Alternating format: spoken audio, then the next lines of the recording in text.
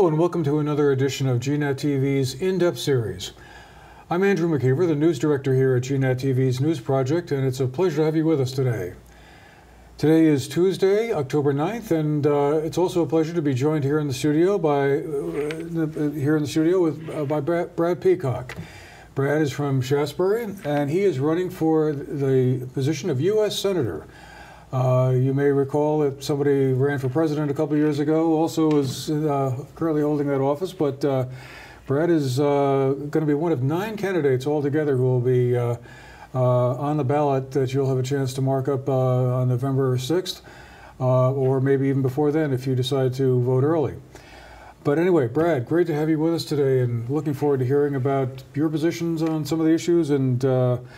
But I guess just to get it started, what prompted you to throw your hat in the ring and take a shot at running for the Senate? Because this is the first time you've ever run for elected office at all. Correct, yes. Well, first, thank you for having me. I really appreciate having the opportunity to speak. Why? So I looked, after the 2016 election, I think a lot of people felt maybe that they should have done more, or things might not be headed in the direction that they had hoped, and that certainly was the case for me. And I began to look really at our Congress and see who is representing us, and I saw a lot of very wealthy business people and lawyers, but no working class people. No one in education, no one as a farmer, no one as a factory worker. And I thought, well, there's a disconnect here. Mm-hmm. And so I started talking to my husband about it, and we had a lot of different conversations, and I just thought, maybe it's time to step into the arena and see if we can make a difference and have more working class people, more representation for working class people. Now, your background's in agriculture, I take it. Correct. You're a farmer down in Shasbury. Yes. What do you farm? Is it dairy farming? Organic vegetables. Oh, okay. Yeah. So I've been farming for 13 years now. Wow. Huh. Well, in a bit, we'll talk a little bit about agriculture policy then, or what you'd like to see happening. But I was just thinking, just to kind of get us going here, I thought we'd talk a little bit, maybe at the outset, about some of the sort of the national, international questions that a U.S. Senator gets to deal with, sure. In addition to some of the statewide questions that we'd also want to hear from you about. I guess. As you look at the state of the nation at the moment, are there some things that are going on right now, whether or not they may be the tariff situation and the so-called trade war with China we seem to be getting into, or the NAFTA agreement that was just recently sort of reconfigured, I guess would be one way to put it. Immigration issues. Are there some of the issues at that level that you are particularly concerned about that, if elected, you would want to jump into and change? Yeah, I think immigration, both legal and illegal immigration, is an issue that hasn't been solved for many years. Our last president to give a pathway to citizenship for many illegal or undocumented immigrants that came into the country was President Reagan. And I think a lot of people don't realize that. And it's enough of a problem because it's being used as a wedge issue. Mm-hmm. And it really shouldn't be. This should be a bipartisan, Republican, Democrat, Independent, whomever, come up with the solutions so it's not used as a weapon against people. I think that, there's a lot of division in our country now, and I think those in power are just fanning the flames. And that's one reason why I want to get down to Washington, because let's figure out what we've been talking about for the last 30 years, and let's do something about it. So that's one area. Right. Do you think there should be any restrictions on immigration at all, or should be pretty much an open door, and anybody who wants to come, and as long as they pass sort of a minimum vetting of some sort? No, I don't believe in open borders. I believe we do have a legal immigration system. It's just not working currently. And so, you know, what's working, what's not, let's figure it out, and let's streamline the process a little bit more. There are people that have been in this country for over a decade waiting for citizenship. That shouldn't be. It should be a little bit more streamlined for people.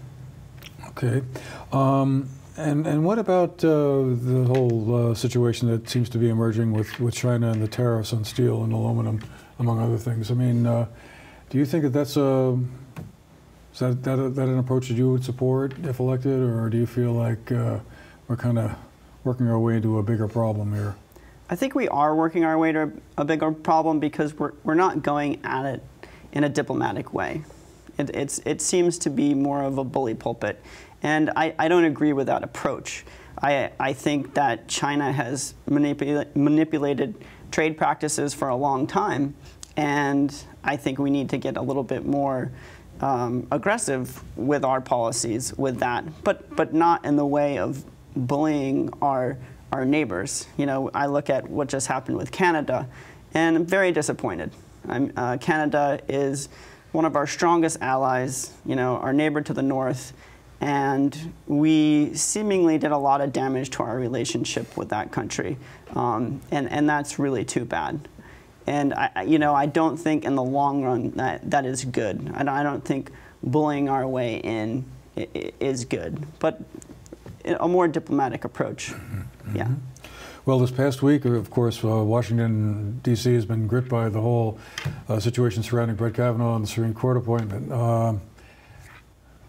What did you make of all that? If you had been in Washington, would you have voted for him to ascend to the Supreme Court, or would you have had reservations? No, I would have had deep reservations. I would have voted no for Kavanaugh, based on many different things. I think the Supreme Court has become a partisan tool. I believe in term limits for Supreme Court justices, just as I believe in term limits for members of Congress. I think many people they want to feel heard, and there was this tone deafness on the Republican side of hearing what the country as a whole was looking for. And, I think that's too bad. I think it was an opportunity lost. Well, two of the big issues that Senator Sanders is closely associated with, has been kind of known for a while, is two things seem to come to mind: the minimum wage and health care for all, or universal health care coverage. I guess I just wondered, where do you stand on those two issues? Are you more or less kind of sympathetic with where the senator is coming from on those, or do you have other approaches you'd like to see? I am more or less in line with the basic goal of universal health care. Getting there is another story. I mean, 16 senators have signed on, so we don't even have Democratic senators who are in favor of universal health care. So, what can we do now to help alleviate the problems? I actually think that working on universal health care would benefit a little bit more than the $15 minimum wage. I am a supporter of that wage. However, we need to think of, if people are being kicked up to $15 an hour, are they going to start losing some of their benefits? So myself, as a farmer, I have to pay for my own health insurance.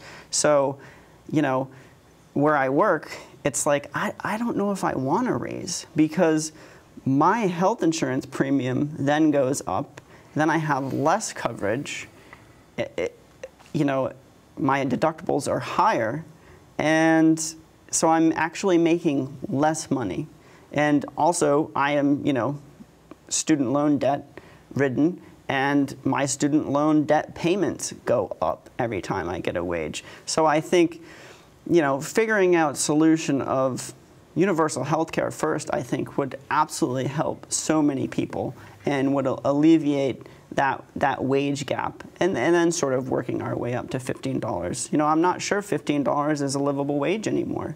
And by the time most of these states or municipalities that have passed it, 2024 up at $15. Well, in 2024, $15 is not going to be a livable wage.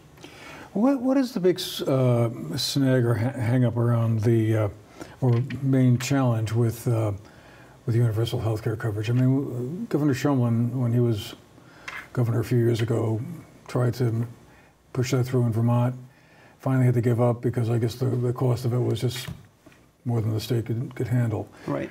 Is financing, a universal health care system like some European countries, for instance, have, or what seems to be the case in Canada, is that the main hang-up, the main difficulty, the problem you see getting from here to there? It seems to be, especially for smaller states, if we're going to do it, state by state. I think taking a regional approach or teaming up with other states.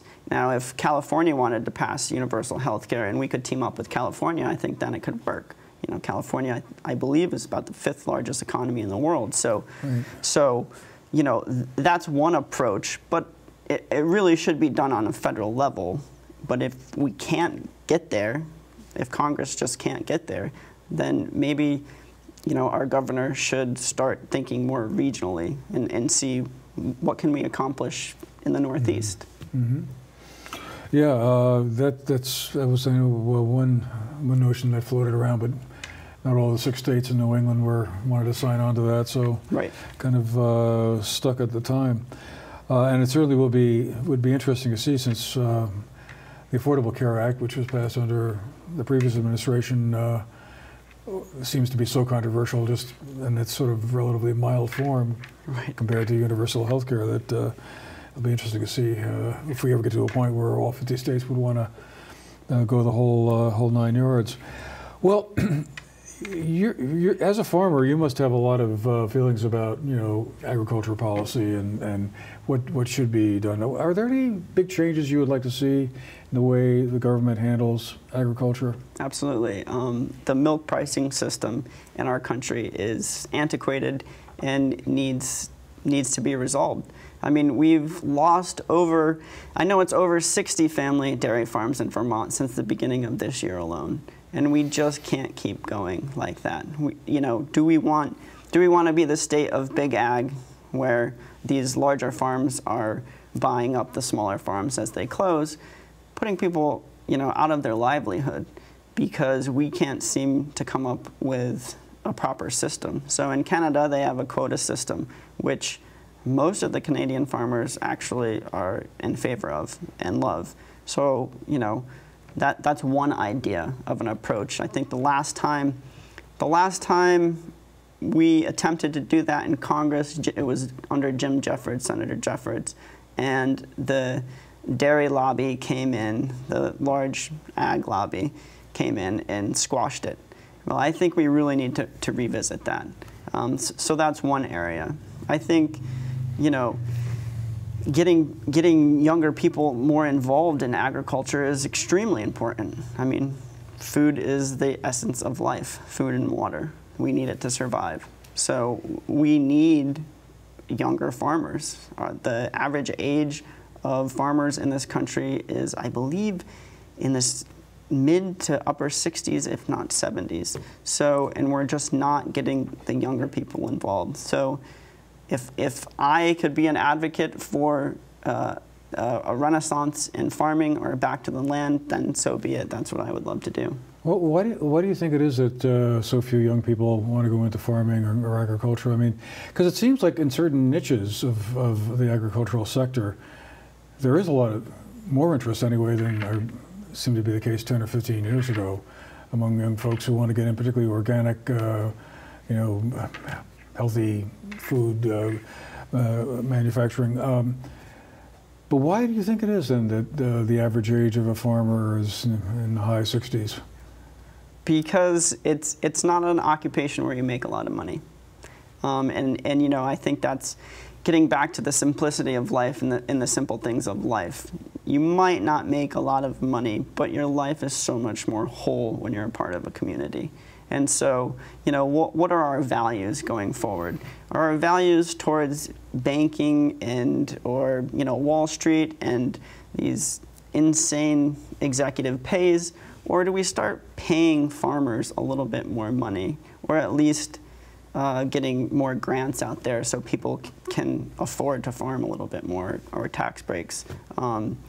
That would be one area, but I think it's affordability. It's extremely difficult to work in the agricultural industry and make a livable wage.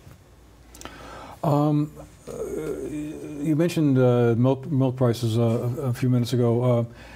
I'm taking it you would like to see the support, the federal support for dairy milk prices increase substantially.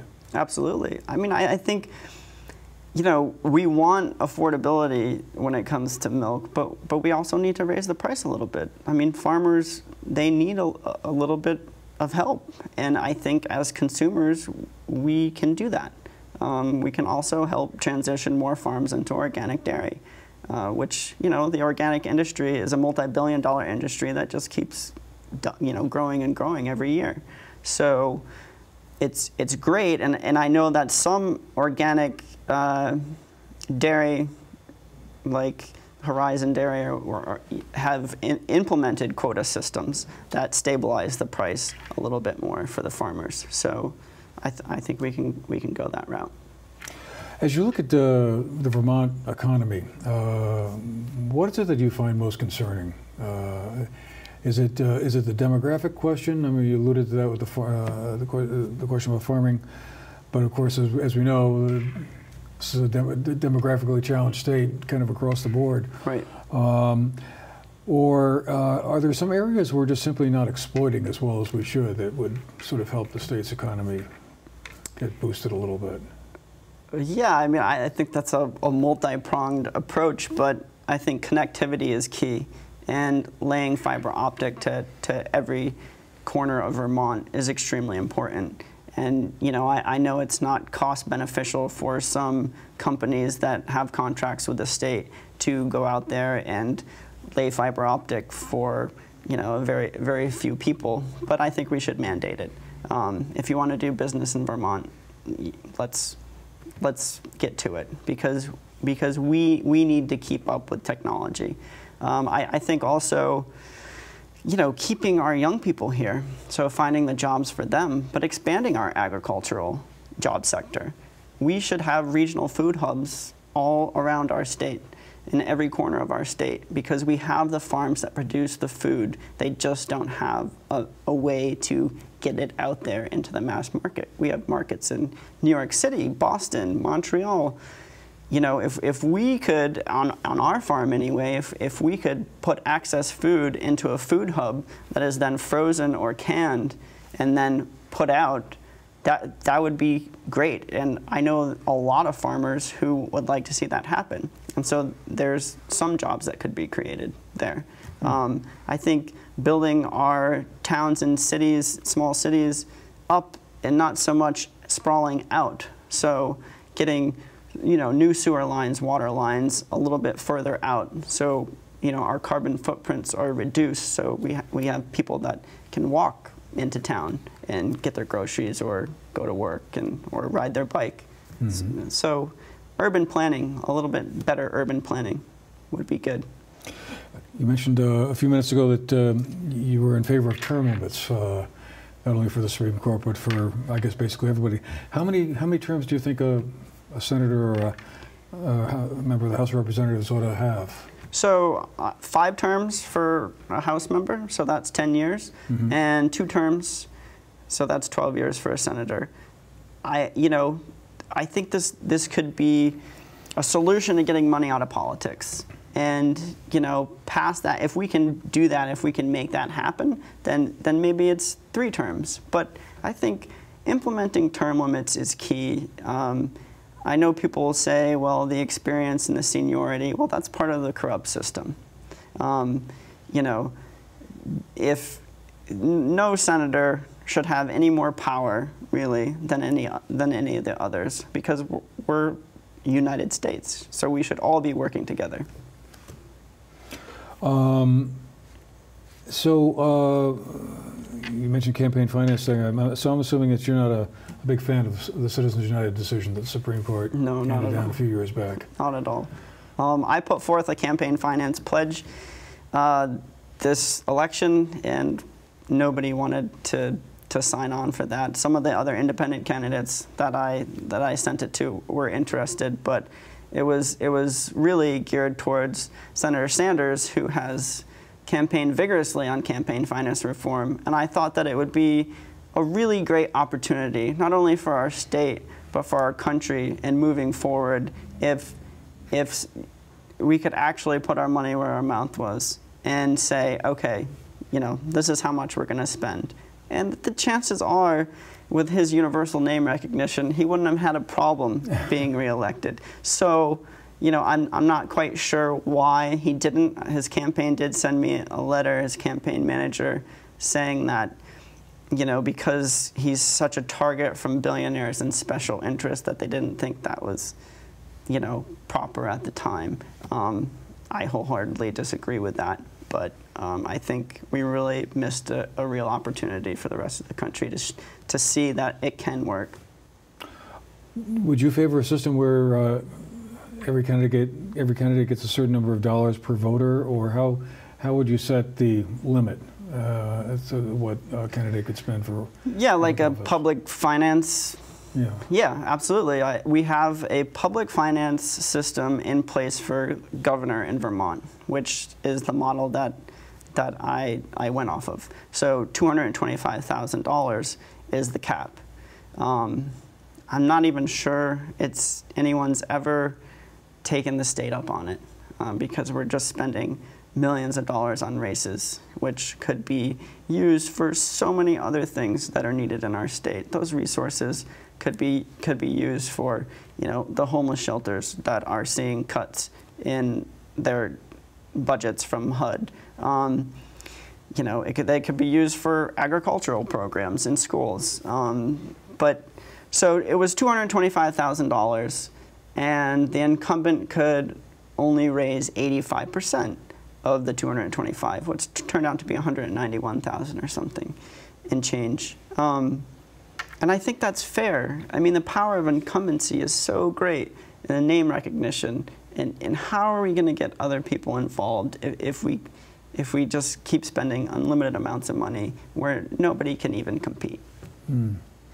I just wanted, just before we go, you've been out traveling around the state, going up to all the four corners of Vermont. I guess I just wonder, what are some of the things you're hearing from the voters as you go out and talk to them? Are there some issues beyond the ones that we've discussed here that they've mentioned to you as ones that they're concerned with, or what's been some of the feedback you've gotten? Sure, climate change. Okay. Climate change is on a lot of people's minds, and as well as it should be in a state that really relies on tourism, ski season, and what's that going to look like in 20 years? We don't know. I know that when I was younger, the snow was a lot lighter and fluffier. Now it seems that we get like sleety snow, so especially in southern Vermont. So, those are some of the problems. I think affordability. People are really concerned about affordable housing and the affordability in Vermont and being taxed and overtaxed, and where do we draw the line? Yes, we need investments on some things, but are we being overtaxed on some other things? Social Security tax for retirees. Vermont's one of, I believe, 13 states that taxes Social Security. I don't agree with that. I don't think that Social Security benefits should be taxed. You've worked, you've earned that money, and I see my parents when they retire. We grew up poor. They're not going to have this huge retirement fund to fall back on. So that Social Security money is going to be basically the money that they have to survive. We should not be taxing that. Okay. One last question I just wanted to squeeze in real quick. It's been, you mentioned climate change and all that. One of the big issues that's been popping up is this whole business of phosphorus runoff from farms, fertilizer, spoiling some of the lakes up in the northern part of the state, Lake Champlain and a few others. As a farmer, what is your feeling about that? Do you feel like farmers should be kind of, I'm not sure if forced is the right word, to stop using those kinds of fertilizers, or what's the way out of that? I think we have to take a real close look at it. Creating buffer zones around waterways where certain chemicals can't be spread, I think that's a start. Like I said, I believe Vermont could be the leader in the green economy and green agriculture. So moving towards a more organic model would be great. Helping these farms through grants, so all the cost is not put upon them, would be helpful, but also helping them transition to maybe something else. So growing hay, maybe growing hemp. If we legalize marijuana, maybe they grow marijuana on their farm. So sort of getting away from the heavy chemicals that some dairy does use. But I think buffer zones around waterways is really important. Okay. Well, that's about all the time we have for all this today, but I want to thank Brad Peacock from Shasberry, just down the road a short distance here, who's running for U.S. Senate. You'll be able to mark the ballot for him on November 6th. And again, Brad, thank you for making the time to be with us today and share your views for us all. And thank all of you as well for being with us today. I hope you've enjoyed the show. We'll see you again the next time. Have a great day.